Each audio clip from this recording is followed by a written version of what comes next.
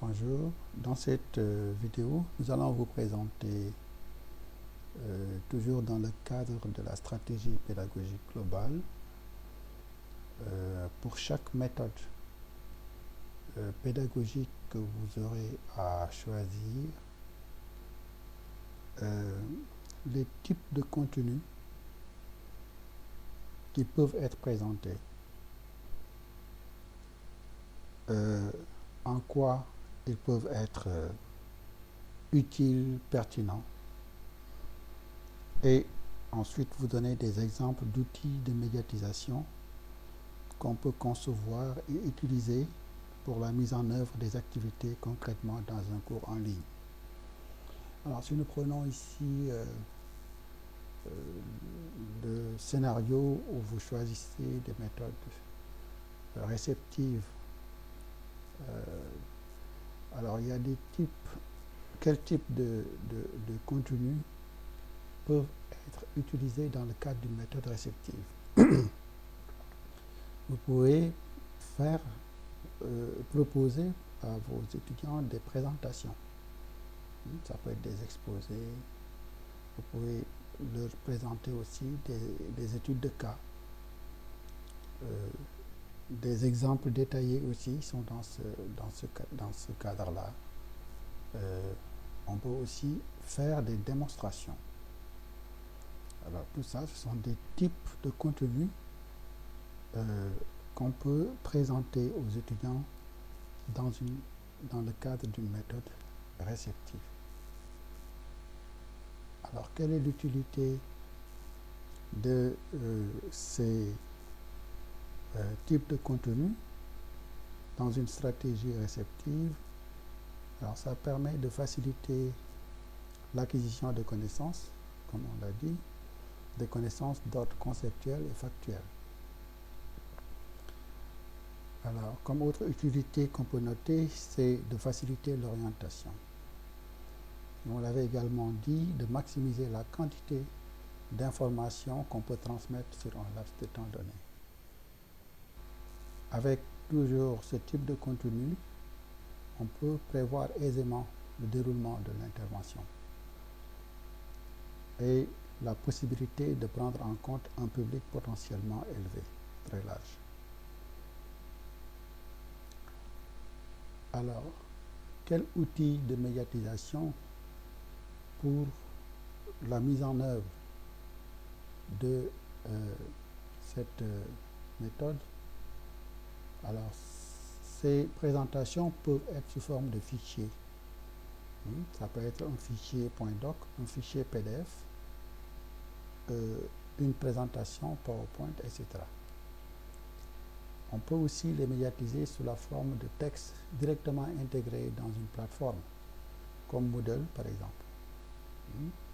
Alors, il peut s'agir d'images, de fichiers audio, de fichiers vidéo, d'images illustratives ou interactives. On peut y ajouter de l'interactivité. Des conférences vidéo qui sont enregistrées. Par exemple, une présentation magistrale d'un cours qu'un enseignant filmé, n'est-ce pas, qu'on va encapsuler dans une vidéo et qu'on met à disposition. Il peut s'agir aussi de conférences vidéo en live. Par exemple, des webinaires qui sont faits avec Zoom, Hangout, Meet, etc. Des screencasts, comme c'est le cas de la vidéo que je suis en train de vous présenter. C'est une forme de screencast, enregistrement d'écran, n'est-ce pas, ou bien d'écran avec l'utilisation d'une tablette graphique pour écrire des formules complexes comme les mathématiques, etc. Il peut s'agir aussi de diaporamas sonorisés, de podcasts audio ou encore de vidéos pédagogiques. Donc tout ça, ce sont des outils didactiques, des médias qui peuvent permettre justement la médiatisation de contenus transmissifs, n'est-ce pas, dans le cadre d'une méthode réceptive. Alors, dans le cadre d'une méthode active, pareillement, quels sont les types de contenus qu'un enseignant peut présenter à ses étudiants? Alors, il peut s'agir de démonstrations pratiques. Parce que là, comme on vous l'a déjà dit, cette méthode active individuelle met l'accent sur la pratique. L'apprenant est actif ici. Alors, il agit concrètement par les activités pratiques. Donc, on peut faire des démonstrations qu'on peut lui présenter. On peut lui proposer aussi des exercices individuels.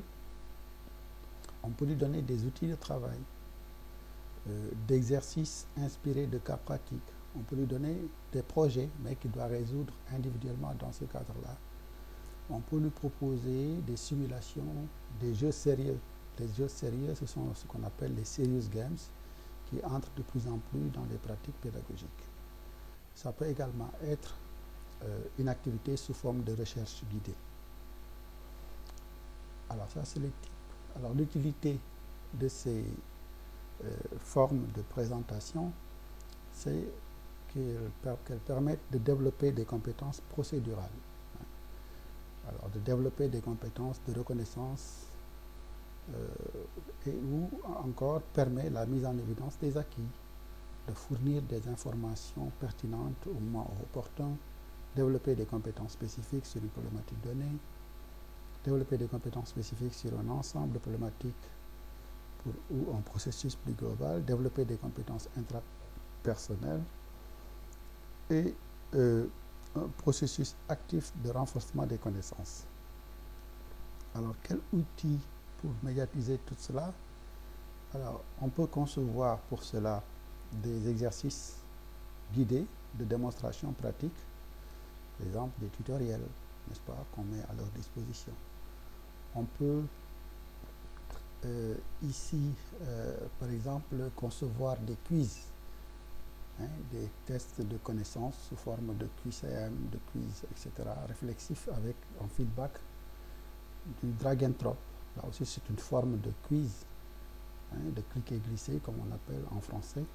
Les nuages de mots, la mise à disposition d'outils et de ressources avec manuel d'utilisation, un glossaire pour accompagner la mise en situation de cas pratiques avec scénario, la réalisation d'un projet individuel, la simulation des jeux sérieux, jeux de rôle, mais aussi des recherches individuelles sur des sites,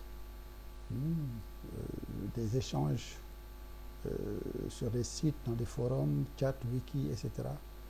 Et la conception aussi d'un document personnel. Tout ça sont des outils individuels qui peuvent permettre de favoriser un travail individuel actif chez l'apprenant. Et enfin, dans le cadre d'une méthode active collaborative, alors les types de contenus qu'on peut proposer, c'est par exemple les discussions d'idées. On peut proposer un travail collaboratif. On peut proposer aussi un apprentissage social. Alors, l'utilité, c'est de stimuler la réflexion et la pensée critique des apprenants, de faciliter la communication entre apprenants, développer des compétences interpersonnelles, stimuler un changement de comportement et surtout l'aptitude en matière de résolution de problèmes en collaborant avec d'autres. Alors, les outils pour le faire,